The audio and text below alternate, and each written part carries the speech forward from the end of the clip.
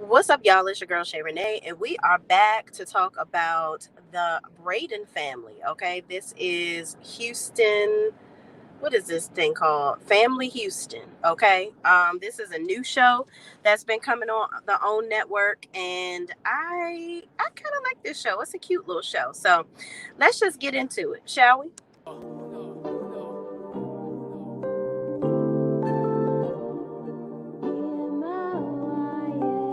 Can't ball in a life, man. Go on with it, go on with it. To us. So we are coming here with a force. Yeah. Blessings we are reap and we coursing on full. But we not rise on board. Yeah, we give thanks like we need it the most. We have to give thanks like we really supposed to be thankful. Blessings all from the life, man. But thank God for the journey that's to the plus. Yeah. Gratitude is a must. Yeah. Blessings fall from our right hand. But I toast to the friends that take off to be load one time. Sit down in a class and we force them. Only see the road and me go on with the road. Looking for ways to improve your health? Look no further. Visit www.shayrenee.net, where we provide healing beyond the prescription pad. We have hand-blended teas and herbs that are going to provide you with ultimate immune health, cold-pressed juices, as well as sea moss gels that are going to provide you with your daily vitamins and nutrients in just 2 tablespoons.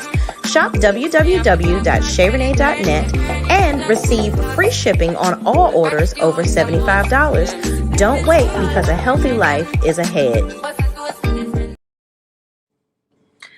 All right, y'all. So this show, Family Houston, is a show that is basically about the Braden family. Now, the Braden family was started by Oscarine and Frank Braden, and they have a whole host of cheering grandchildren that got cheering, and everybody own real estate. Okay, so the Braden family, led by Oscarine and Frank, they bought all these properties down in Houston.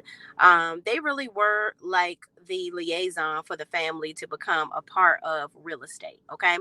So I thought that this show was really, really cute. I loved how everybody was pretty much learning from the grandparents on how to create generational wealth.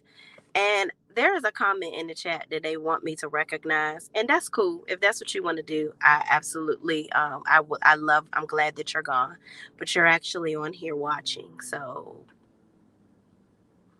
why are you even announcing yourself? Let me make sure you don't have to look at me anymore. How about that? How about that? Let me start this off with some positivity, y'all. Okay, I know that some of y'all have watched my video from earlier, and I said I'm not talking about it anymore. That was a positive video, and I have noticed that some people have unsubscribed, and those people probably are people that I don't want to be watching my videos anyway, because you don't understand what I'm saying. You don't understand that all of that was positive. I don't support any negativity. So y'all don't want me to turn up. Don't come in my comments with no bullshit, okay? That's all I'm going to say. All right, moving on. So I love this show because I feel like this show is, I don't like how I feel like it's going to steer in the direction of creating turmoil in the family. I'm not going to go scene by scene because there's just a lot of key points that I want to touch on with this show. I love how the younger generation, so they have G1s and G2s. So the G1s is pretty much Oscarine and Frank's kids, and their kids are Charlotte, Cheryl, and Nikki. Okay, so these are the 3 daughters, and then they have a son, which their son is Nicole's dad, which is Frank Jr., okay, who's married to Joy. Then there's another daughter named Zena. I don't think she has any children, and another daughter named Jackie. Okay. So basically, Miss Oscarine, unfortunately, the patriarch of the family, Frank, passed away. So basically, the whole show is built around trying to get the matriarch, Oscarine, to they have this big piece of land. Okay. I forgot how many acres it is, but it's in Houston. She's had this land in the family for a long time, and she wants to sell it to get the funds to pay off the G1s, which is her children's mortgages, right? So the whole premise, or the whole thing of the show, the goal is for the G2s to get their grandmother to basically give them the land so that they can develop on it and put some real estate on it, which is actually a smart thing to do. But I feel like Miss Oscarine, she's just thinking about her kids, which, as any mom would do, that's exactly what she should do, think about her children. However, if you're thinking about generational wealth, which she thought about obviously because her and the husband paid for Jermisha and Jaquita, which are sisters, right? They are Jackie's daughters. They paid for them to get their real estate license. And so both of them are now brokers. And now the other grandchildren, they they actually own like a whole brokerage where the other people in the family are working for them. So they're out selling houses, building generational wealth, keeping the money in the family. So ultimately that's what they want to do with this piece of land. So they've had the land observed, they know how much it's worth. I think in the next episode they're going to actually talk about how much the land is worth. And they're basically building all this around trying to get the G1s to help them to convince the grandmother to either give them the land, which ultimately what I'm thinking is, why don't they, if they're making so much money from their brokerage, why don't they just buy the land from the grandmother? The grandmother is going to sell it for far less than what it's actually worth. She's had it for 35 years, right? I think she purchased it at $35,000 and now it's worth almost $1 million or something like that. I think that's what it's going to value at. So ultimately, Jermisha and Jaquita and the other granddaughter, which is Frank's daughter, Nicole, they're all basically trying to intertwine to work together, which I also found is another key story. They have another granddaughter, Lakeisha. Lakeisha is Frank's daughter as well, which is Nicole's dad. It's a lot of names here. We got to get used to all this stuff. I'm literally looking at the family tree so I can remember all these people's damn names since the show is new. Frank apparently was having some rendezvous on Nicole and her little sister, Nicole and Monet. Nicole and Monet are Frank and Joy's daughters, but Nicole and Lakeisha are the same age. So that leads me to believe that Nicole and Monet's daddy, Nicole Monet and Lakeisha's daddy, was out here humping around. And here come Lakeisha. Okay. So Lakeisha's mom unfortunately passed away, and she feels like she's an outsider in the family. She feels like, whenever because they would all come together to take pictures for the brokerage, and they would leave her out of the original photo of the Bradens. And then when they take a picture of everybody together, then they would have Lakeisha come in. And I just kind of think, here's my thing. Lakeisha is one of those situations where she didn't ask to come here. So if you're going to, yeah, exactly, Black Butterfly Papa was being a Rolling Stone. He absolutely was. So my thing is, if you're going to, well, if she's welcome into the family, this is obviously your father's daughter. You can't treat her differently. I just feel like she's being made to feel this way because maybe Nicole has some type of resentment because of what her dad did, and there's a constant reminder to her mother. Who knows what the mom was saying about the situation or whatever. It's a constant reminder in their household that the dad stepped out, and it seemed like he stepped out pretty early because Nicole is the oldest. So, but be that as it may, both of them are 40 years old at this point. So it's like, that's your sister. Ain't no half. I never was like into the half, even though I don't have any half brothers or sisters, but I can imagine it wouldn't be a half seas thing. Even with my sister-in-laws, I don't call them sister-in-laws. I call them my sisters. But be that as it may, I'm not in that family, so I can't tell them what to do.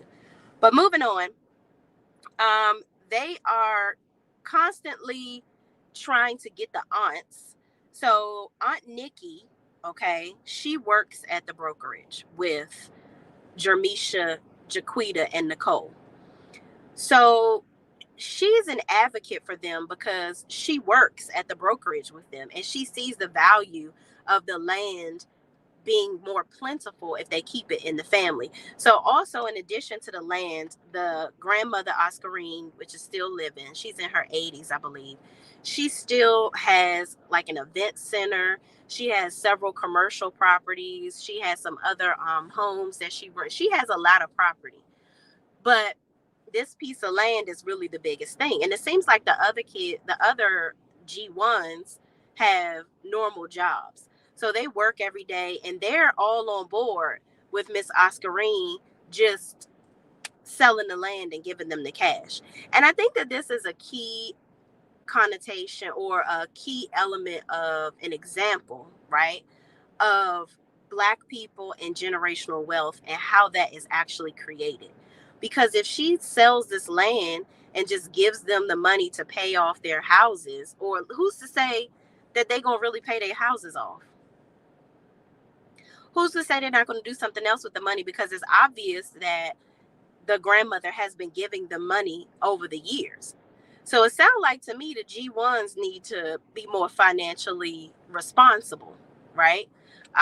Again, some of them talk about how they're not retired. They could really use that money. They're not trying to have the G2s basically take their inheritance or whatever. But I feel like Jermisha and Jaquita, they're really trying to sell this idea of keeping the land. So that's really what this show is wholeheartedly built around. So also Nicole is married. Nicole is married to Larry. Now Larry has a job where I think he works in construction where they don't really see each other a lot. There's been some infidelity in their marriage. And she's trying to deal with that. She's trying to overcome that and trying to get closer to her husband. But he's never really around and she works a lot. Like the girl literally has somebody come over her house at 5 o'clock in the morning or 4 o'clock in the morning just to curl her damn hair. So she's a busy, busy, busy lady. But Nicole just seems to be she's the more serious one. So they call themselves sister cousins. Jermisha and Jaquita, they're sisters, and then Nicole is their cousin, but they call them sister cousins. Jermisha and Jaquita seem to be real funny. Like they like to have a good old time. They laughing and kikiing. And Nicole is the one that's serious all the time. Like, I ain't playing with y'all. What the fuck y'all think funny? Like they laughing. There was a scene where they were all sitting down because Lakeisha, which is Nicole's half sister, expressed to Jermisha and Jaquita, which she has a close relationship with, that she feels like an outsider. And she feels like Nicole, there's she can sense the breakdown in their relationship. And she's at a point now that her mom has passed away that she really needs her family. Like she's grieving. Their grandfather is gone. Her mom has passed away. Like she really wants to be close to her family, and she feels like Nicole is kind of a barrier between that. And she wants to really just clear the air with her and get a closer relationship with her sister. So they all met at Jaquita's house, I believe. Let me see. I got to look at these people now. Hold on, y'all. Let me look at this picture because I don't want to mess nobody damn name up, child. They met with, yep, they went to Jaquita's house and had like a crab boil or crawfish boil or something like that.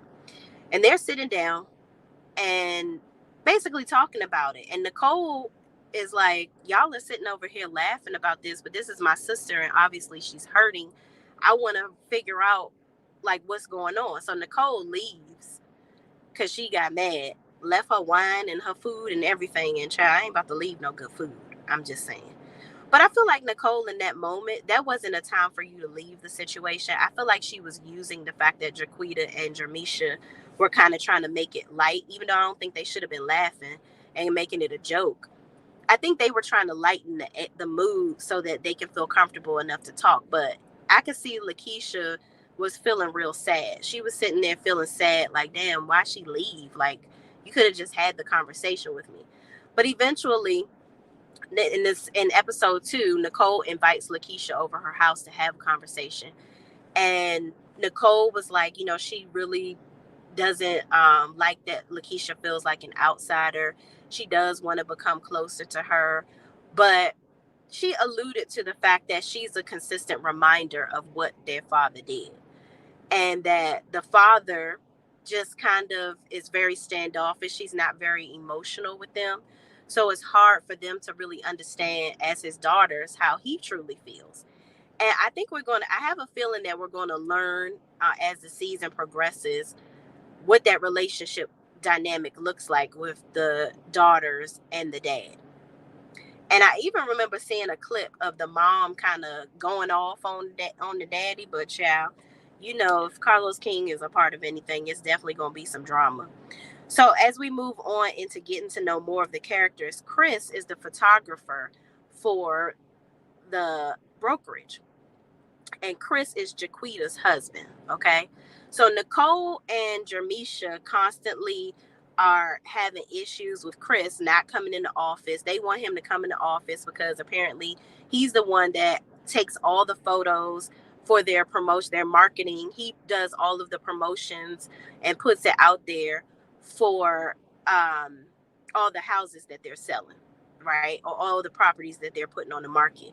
And he feels like if y'all not gonna pay me like a salary, or like y'all don't have specific dates and times that you want me to come in office, what the hell am I coming in here for? And I kind of understand him, because it's like, is he taking pictures every day? Are y'all getting that many listings where he needs to go out and take pictures? Why does he have to be in the office? Do y'all want him to take pictures of y'all sitting in the office? Like, I don't know. I don't know. I don't work there, so I don't know. But they eventually have a conversation saying they want to get something on paper in the form of a contract saying he has to come in the office this many times a week, or whatever the case may be. But through all of this, Jaquita, which is his wife, feels like she's in the middle, because she's like, this is my husband, and I want him to feel like he has my back. I have his back. But she kind of sees where Nicole and Jermisha are coming from. So they got to figure out that dynamic. But I didn't like how Nicole in this last episode, she kind of alluded to, we're always going to be, this is a very tight knit, close knit family, right? So I didn't really like how she was like, we're always going to be your family, but he may not always be your husband. I'm like, you ain't had to say that. Did we have to say that? Like, him coming in the office is obviously a big gripe of yours, but did we have to say that the man probably might not be her damn husband one day? I don't know if we had to drive the point home quite that way. But even Jaquita, she said, I get what she's saying, and that could be possible. Whatever. I ain't trying to get out of my relationship, but yes, they are always going to be my family. I see their viewpoint. But it's like, she shouldn't be pushed into a corner to have to make that realization. Just put something on paper. He asked them for a contract. They ain't send him nothing, but they still complaining. So I'm like, send Chris his contract so he can figure out when he gonna need to be in the office and when he not, because obviously he has a successful photography company. He could be going and doing other stuff. And I feel like him and Nicole are the ones that butt heads the most, because they have the most creative indifferences. But Nicole did give him big ups. She's like, she gave him props. She's like, he does a really good job. He's a great photographer. And when we disagree, we end up coming out with something really amazing. So I don't know, y'all. That's just kind of the gist of it all. It's kind of like the same stuff over and over again that they're talking about. And that's to be imagined, because I mean, that's to be obvious, because it's only been 2 episodes, so we're still in that phase of trying to get to know all the characters and just how this thing is going to gel. But I think this is going to be a cute little show. I think that the G1s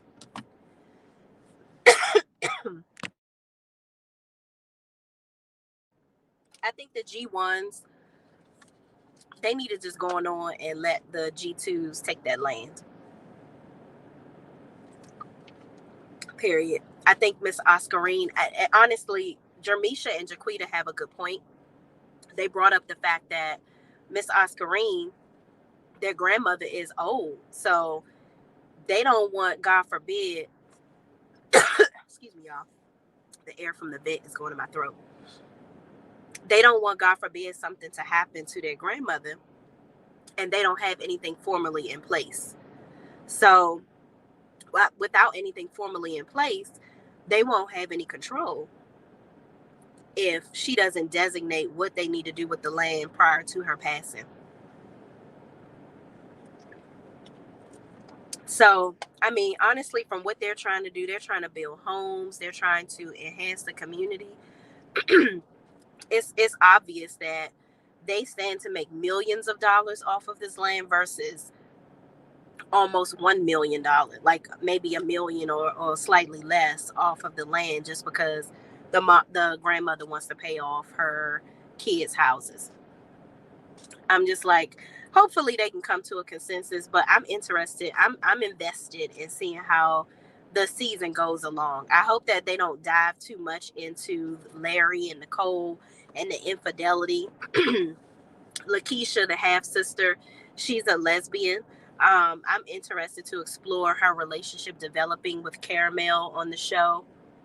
I want to see how the family accepts the relationship, which in this day and age, it shouldn't be a problem. Like, I think that, they seem very old school, but I'm be interested to see how Caramel feels about how Lakeisha's family treats her and basically how she supports her and integrates into the family. Because I guess Lakeisha just always seems like she's standing off to the side.